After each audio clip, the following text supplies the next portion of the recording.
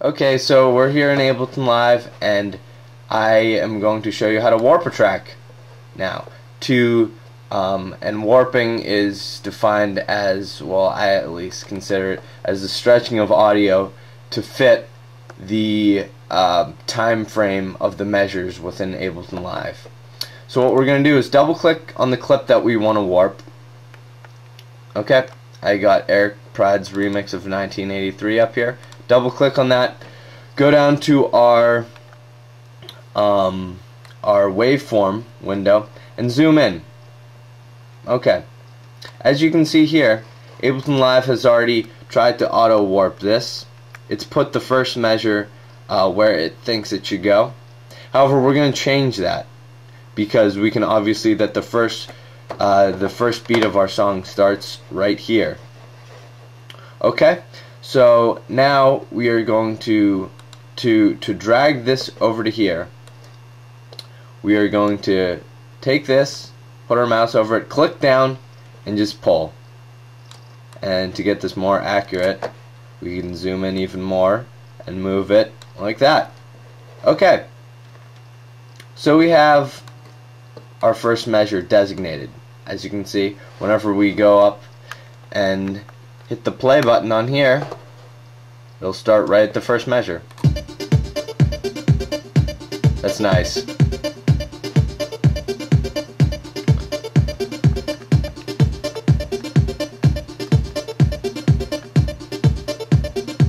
You can see the cursor kind of going along right around here.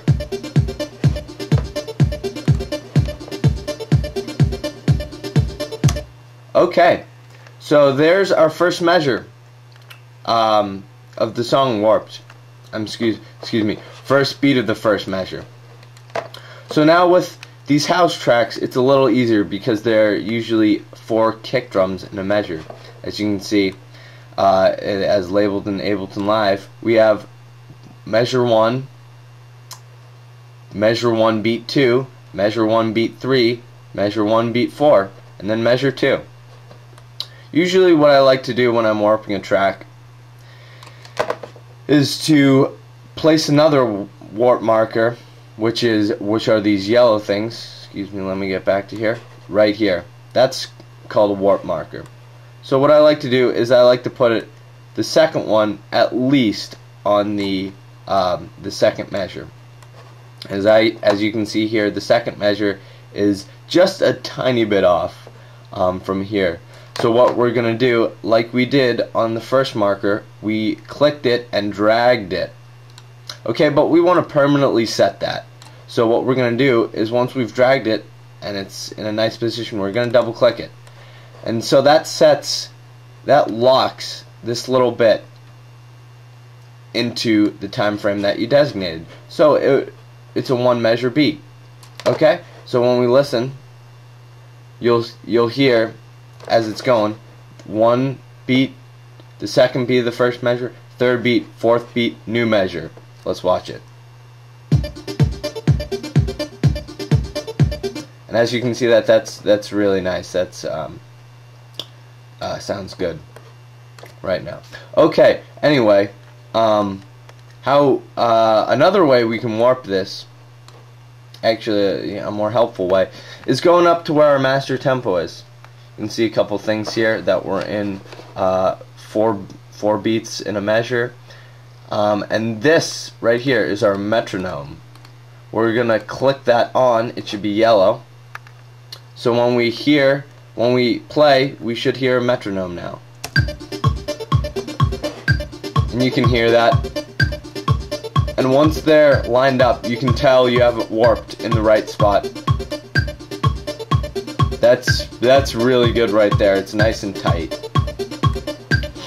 And then once this is playing along, you just kind of go along, following this cursor here, zooming in, seeing what's out of order. As you can see, this is a little out of order. So what we're gonna do again is click it, drag it into the right spot, double click it, zoom in, make sure it's good. That's good. Now what you can do in this waveform view is jump around. You see how this is a little hand with a magnifying glass right now. If we move up above the measure, you get a little speaker sign. What we can do is click it, and it'll start playing in the new spot. We'll jump ahead because this is pretty good. We'll zoom in to see if that's all lined up. Looks pretty good.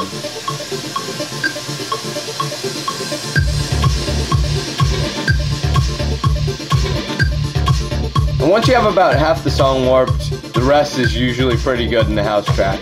But anyway, nonetheless, we'll jump forward a little bit.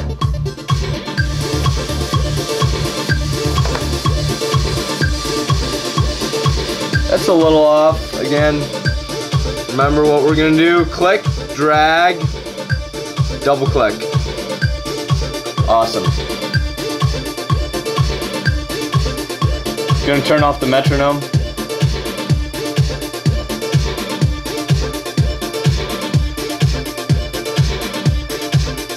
Okay, and we've warped our first track. Now, this is how I know where I'm putting the warp markers. Is if you're a little bit musically inclined person, then you can kind of tell.